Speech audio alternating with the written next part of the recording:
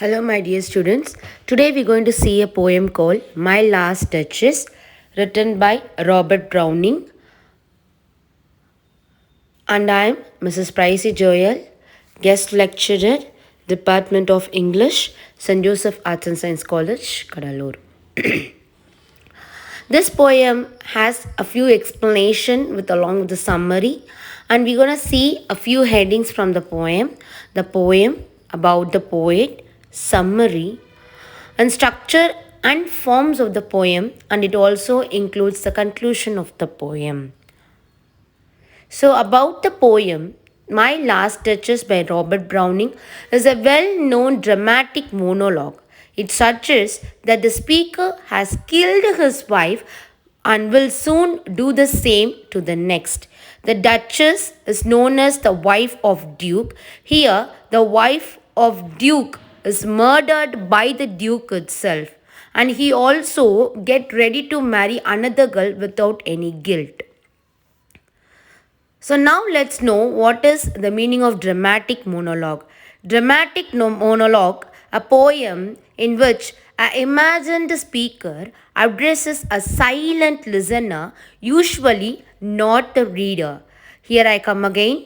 A poem in which an imagined speaker addresses a silent listener, not the reader.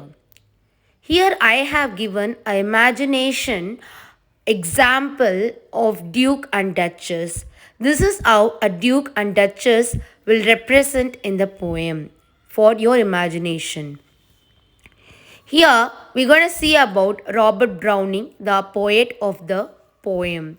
Robert Browning was born on May 7th, 1812, London, died on 12th December 1888 at Venice. He is a major English poet of Victorian age and noted for his mastery of dramatic monologue, as we have already seen the meaning of dramatic monologue. He is a psychological portraiture. His most noted work was The Ring and the book The Story of Roman Murder Trial in 12 books. Here get into the summary of the poem. My Last Duchess will help you to understand the poem in a clear way. So it is an example that shows how a dramatic monologue poem should be. Here you could see the Duke murder his own wife and get ready to marry another girl. The Duke, who is portrayed as a villain, but he himself shown as an hero. Here he talked with an emissary. Emissary, as we already seen the explanation of dramatic monologue, we have came across the person called silent listener. A silent listener is represented here. As the Duke has been recently widowed, he is talking to him about his marriage. The emissary is there on behalf of a quite powerful family. He is showing the emissary about his palace. When he arrives at the portrait of his last Duchess, she was an young and charming girl. Here we could realize how beautiful the Duchess is. The Duke starts recalling the portrait scene and the Duchess. Thus, the last Duchess summary tell us what the Duke think of her. He claims she had a disgraceful nature. Here we could sense that Duke doesn't have a good opinion towards his Duchess. And he also comment on her disgrace, that is her character, and also even her smile. Further, he goes on to hint that he was in fact the one who probably killed her, as he could not take the escalation anymore. Escalation is that he could not insist or he could not resist the character of the Duchess. After that, he casually returned to the topic of marrying another girl. My Last Duchess summary about the poem by Robert Browning digs deeper for better comprehension. Here we could understand in depth the character of Duke more than the character of Duchess. It is the evident that the poet has loosely based it on historical event involved Alfonso of 16th century. It may be also a historical reference of Alfonso Duke. The Duke of Ferrara is in a conversation with an envoy of a very powerful count. He is a speaker of the poem. The Duke is looking to marry the count daughter. It is because he lost his wife recently. Thus, he is showing the envoy around his palace. Throughout the tour, we learn shocking revelation about the Duke. The irony which Brownie provides in this poem is crystal clear. So, here the Duchess character is reflected in the poem, but as a reader who enjoys this poem will came to know not about the Duchess but more about the Duke and his villainous character, which represent how cruel he is and how controlling husband he is. The person who take even a meager pot of a wife as a very serious issue and also make her to lose her life by himself, and he doesn't have any guilt about it. He even suggests that the character of the Duchess is very flirting, so he could not resist with that kind of a character. Here, Robert Browning has detailed and expressed the character of Duchess, not only the character of Duchess, but also he beautifully portrays the character of Duke by himself, not by his words, but by the sense of the reader. As a reader, when we read the poem or when we recite the poem, we'll enjoy the poem. We came to know about the Duchess, but we'll get more information about the Duke. So the Duke is such a villain character represented by Robert Browning. On the tour, he come across a portrait of his last Duchess. As the Count have visited the palace to marry, to make a relationship of a marriage with another bride of his family, the Count family. The Count is also one of the elite group of family who always have their connection or relationship with dukes or duchess or kings. Here, the Duchess, who has already lost her life, the Duke was ready for the second marriage, and the person who wants the woman to get married to the Duke came in person to check Duke and about his well-known lifestyle.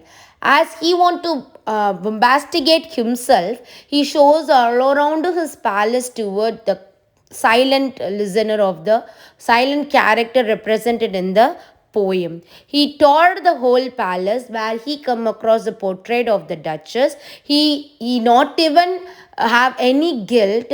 He shows the portrait of the Duchess to that person to from whom he gonna get married, and also he explains about the character of the Duchess in a very bad manner. He believed that the painter had captured the spectacle of Duchess glimpse, but he also says that her depth and zealous glance was not just for Duke, and her nature was quite jovial. Jovial is the real problem of the Duke. As the Duchess was very jovial, she had a same kind of expression to everyone that cannot be tolerated by the Duke. So he insists on murdering her because she doesn't have any peculiar or unique feeling towards a Duke. Thus, we see how her jovial nature did not went down well with him.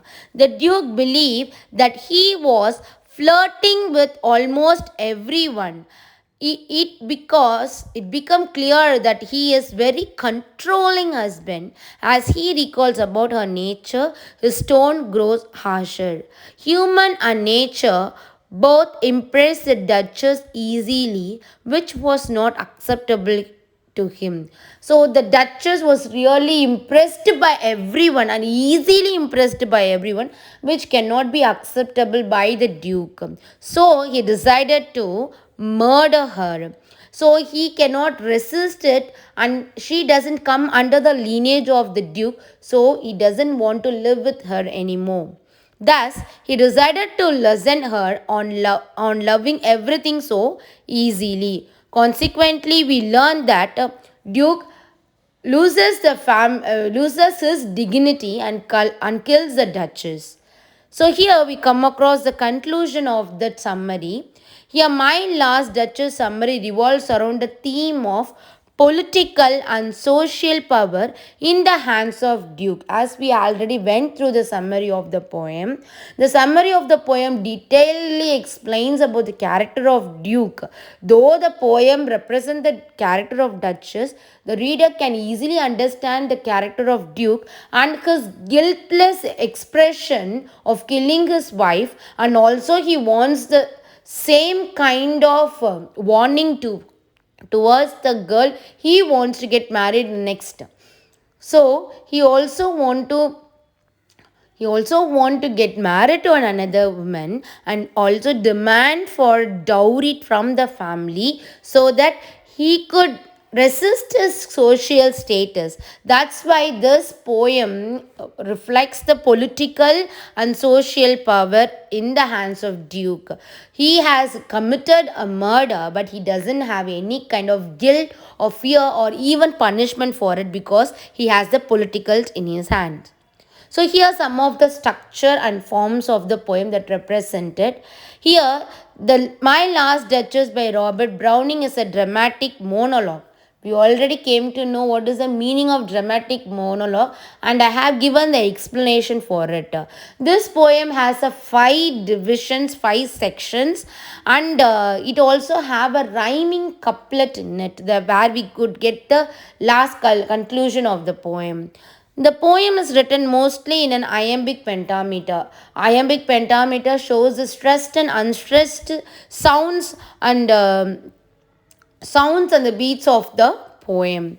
Here are few examples for tortures and the stresses. And here an example for iambic pentameter is given from the poem.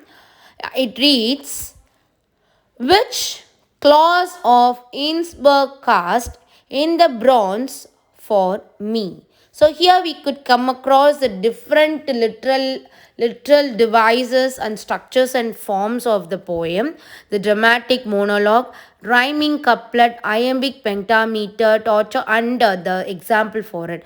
And also we can come across alliterations and also some kind of metaphor here represented in the poem's device. So we could easily understand the structures of the poem that described by Robert Browning. Here he had used various literary devices to enhance the beauty of the poem, and also the reader is so much impressed by the liturgical devices used in the poem. This poem plays a major role in an example of dramatic monologue. When we type anything or when we want an example of a dramatic monologue, the first thing to be appear is this poem, as this poem is well known for its literal device, dramatic monologue, and other devices also inbuilt in it. Alliteration. When we read through the lines of the poem, we come across the alliterations represented in the poem. So let me explain more about this rhyming couplet. Rhyming couplet, here you could not sense any kind of rhyming scheme in it, but the literary device is so limited in process. So that is the end of the poem. Thank you, students.